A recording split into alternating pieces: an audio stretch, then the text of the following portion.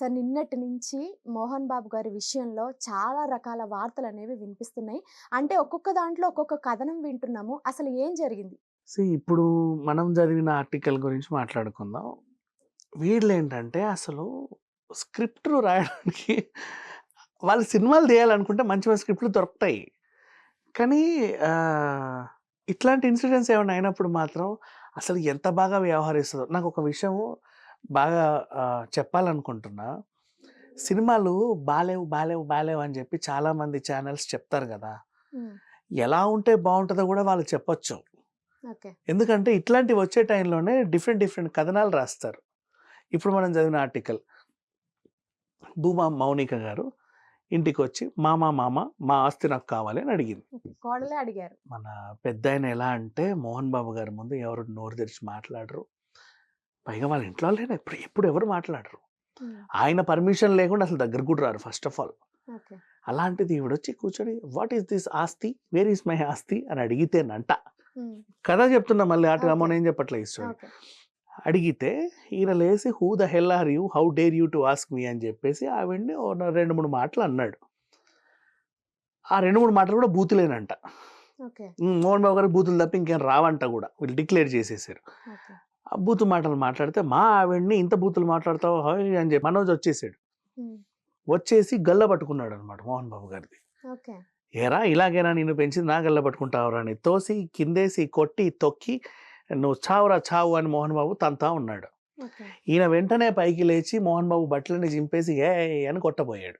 Okay. వెనకాల వాళ్ళందరూ ఏరా పెద్దాయన్ని కొడతావా ఇలాగేరా నీ పెంపకం ఇదేనా ఇదే అని చెప్పేసి అందరూ కలిసి తన్ని తోసేశారు బయటికి. ఓకే. అక్కడ మెడిరిగింది, తొడిరిగింది, నడుమిరిగింది, అన్నీ ఇరిగి ఇలా అయిపోయి హాస్పిటల్‌కి వచ్చాడు. ఇది ఈ ఆర్టికల్. ఓకే. ఇప్పుడు ఈ వార్త రాసినోడు వీడికి ఎలా తెలుసు అక్కడ జరిగింది? అంటే వాడు ఉన్నాడు అనుకుందాం ఫర్ ఎగ్జాంపుల్. ఉన్నాడేమో అనుకుందాం. హ్మ్. అంటే ఈ గొడవ అవుతదని ముందే తెలిసే వాడొచ్చాడా? ఇట్లా గొడవ అవుతది ఇప్పుడు అని జెప్పేసి? లేదా వీడే ఎలా ఇట్లాంటి ఆర్టికల్స్ అన్నీ వస్తున్నాయి. పిచ్చి పిచ్చి ఆర్టికల్స్ అండ్ మళ్ళీ వినయ్ కొట్టాడు, కొట్టించాడు. మోహన్ బాబు కొట్టలేదు గానీ కొట్టించాడు. ఈయనకిలా జరిగింది. వాళ్ళ భార్యని గూడా కొట్టారంట. ఇంకో ఓకే. ఆర్టికల్. మనోజ్ భార్యని గూడా ఇష్టం ఉన్నట్టు కొట్టేశారు.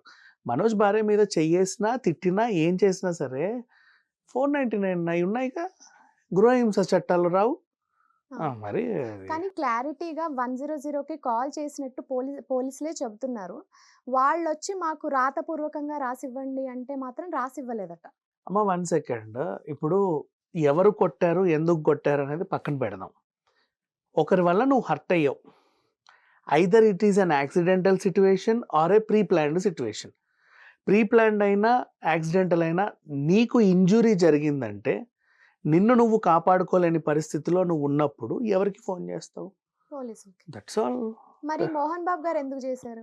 మోహన్ బాబు గారు చేసినట్టు ఎవరు చెప్పలేదే. లేదు పోలీసులు కూడా చెప్పారు. వాళ్ళ ఇంటి నుంచి 2 సార్లు కాలొచ్చింది. ఒకసారి మనోజ్ గారు చేశారని, ఒకసారి మోహన్ బాబు గారు ఓకే. 1 చేశారనేసి సెకండ్. ఇప్పుడు ఇన్సిడెంట్ జరిగింది మన ఇంటి పరిసర ప్రాంతాల్లో అయినప్పుడు, ఓకే. ఆ కాల్ మన ఇంటి నుంచి వెళ్ళినట్టే కదా!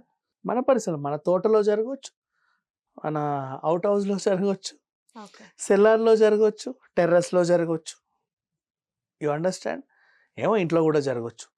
ఓకే. బయట నుంచి ఎవరైనా వచ్చినా, లోపల నుంచి ఎవరైనా ఏదో సంథింగ్ సిట్యుయేషన్. ఫోన్ ఇక్కడి నుంచే ఎళ్ళుద్ది కదా! ఓకే. మరి ఫోన్ ఇక్కడి నుంచి వెళ్ళినంత మాత్రాన ఆ ఇంటి యజమానే దాడి చేశాడని ఎలా డిక్లేర్ చేస్తారు? తప్పు కదా అది. అది. ఓకే. మరెందుకని పోలీసులు అంత క్లియర్‌గా చెప్తున్నారంటారు? ఆఫ్‌కోర్స్ వాళ్ళకి క్లియర్‌గా ఫోన్ వచ్చింది కాబట్టి క్లియర్‌గా చెప్పారు. వాళ్ళ తప్పేం లేదమ్మా.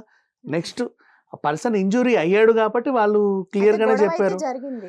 గొడవ జరగబట్టే కదా పర్సన్ ఇంజ్యూర్ అయ్యాడు. మెడ ఓకే. పోయింది, తొడ పోయింది, నడుము పోయింది. హాస్పిటల్‌లో జాయిన్ అయ్యాడు. అండ్ హాస్పిటల్ వర్గాలు కూడా ఇది it's not an accidental. Medical report ఆ! కూడా ఇచ్చారు. ఇది ఖచ్చితంగా ఉద్దేశపూర్వకంగానే జరిగిందని కాన్ఫిడెన్షియల్‌గా ఇచ్చారు. అనుమానాస్పదం అని కూడా చెప్పారు. పోలీసులకి ఏదైతే కావాలో అదే రిపోర్ట్ ఇచ్చారు. కాబట్టి దాని గురించి మాట్లాడుకుంటున్నాం. అంతమించి కాబట్టి జరిగింది ఇంజ్యూరీస్ అయితే జరిగింది. దీనివల్లే జరిగింది, దానివల్లే జరిగింది, వాళ్ళ కారణంగా జరిగింది, వీళ్ళ కారణంగా జరిగిందని మాత్రం ప్రూఫ్ లేదు. అండ్ ఇంకొకటి ఇప్పుడు నేనే ఉన్నా. నాకు ఒళ్ళు బలుపెక్కి రోడ్డు మీదకెళ్ళి సిగ్నల్ దగ్గర నిలబడి ట్రాఫిక్ కానిస్టేబుల్‌ని కొట్టాననుకో. నన్ను దన్నడు. అంటాడు. సర్లే బాబు పక్కకెళ్ళు నేను ట్రాఫిక్ చూసుకోవాలి అంటాడా? నాకే ఒళ్ళు కొవ్వెక్కి కింది ఫ్లోర్‌కెళ్ళి ఎవరినో 4, 5 కొట్టాననుకో వాళ్ళందరూ కలిసి నన్ను చంపరు. అవునా? అంటే మనం ఎవరి దగ్గర అంతేగాని పొద్దున్న లేసి మన ఇంటి కాలింగ్ బెల్ కొట్టి సార్ నేను మిమ్మల్ని కొట్టడానికి వచ్చాను. దా ఇలా రా అని చెప్పి ఇష్టం ఉన్నట్టు కొట్టేస్తే ఎవడు బోడుగా? కానీ ఇంకొకటి సార్ అంటే మనం ఎవరినన్నా ఏదన్నా అంటేనే అవతల నుంచి మనకి అది వస్తది. ఓకే. మేబీ అలా గూడా అయ్యుండొచ్చు గూడా. అంటే ఈయన గురించి అనట్లా. బేసిక్‌గా చెప్తున్నా. ఎవరైనా ఉద్దేశపూర్వకంగా కొట్టారు అంటే 2 ఉంటాయి. పొద్దున్నే లేసి ఎవడైతే వచ్చి దాడి చేయడు. అలా అని ఈయన గూడా ఎవరితోనో కొట్టించుకోవడానికి రోడ్డు మీదకెళ్ళడు. ఒక దగ్గర ఒక ఘర్షణ జరుగుద్ది. ఆ ఘర్షణ పెరిగి పెద్దయిద్ది. ఈళ్ళో వాళ్ళో కొంచెం ఆహ్, ఆహ్, మాట పెరిగి గొడవలవుతా ఉంటాయి. సో, బయట నుంచి ఎవరైనా వచ్చి గూడా ఏమైనా చెయ్యొచ్చు. ఇద్దరిని కనుక్కోవాలి. వాడెందుకొచ్చి కొట్టాడు? ఈళ్ళెందుకెళ్లి కొట్టించుకున్నాడు అని.